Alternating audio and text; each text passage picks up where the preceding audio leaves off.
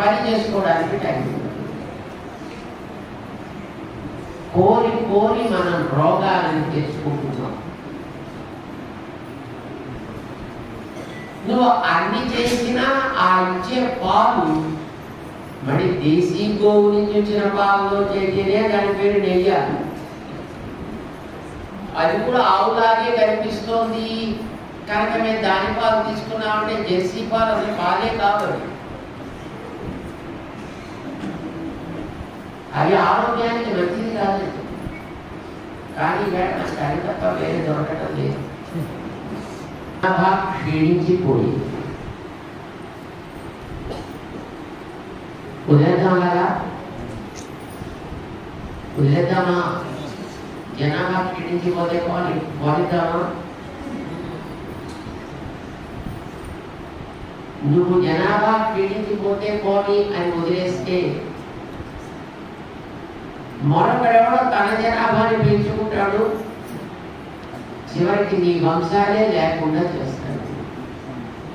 మంచిగా అది మన కుటుంబాలు పెరగాలి, మన వంశాలు బాగుండాలి, మన సంతానం ఆరోగ్యంగా ఉండాలి, తినే తిండి బాగుండాలి, పండే పంట బాగుండాలి, మనకి తోడుపడే పశు సంపద మంచిగా ఉండాలి. మా గోదాదేవి తిరుపావైలో ఇదే చెప్పింది.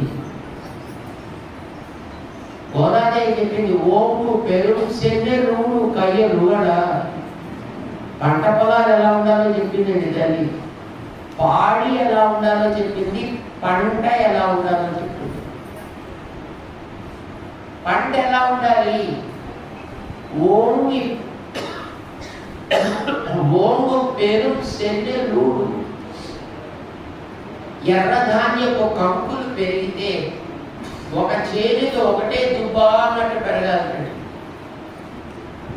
వాటి మధ్య నీరు ఉండాలి, నీళ్లలో చేపలు తిరగాలి, అవి ఏడుగు గున్నల్లాగా పెరగాలి, మధ్యలో కలువలు రావాలి, తిరిగే చేపల స్పర్శ చేత కలువలు ఊగాలి, తేనెలు ఊరాలి, తుమ్మెదలు అందులో చేరాలి, ఊయల పడక మీద పడుకున్నట్టుగా తేనె తాగుతూ అవి అందులో ఊగుతూ ఉండాలి.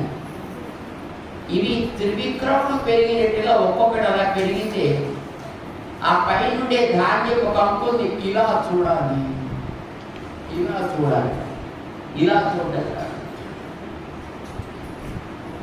అలా ఉండాలి మన పంట.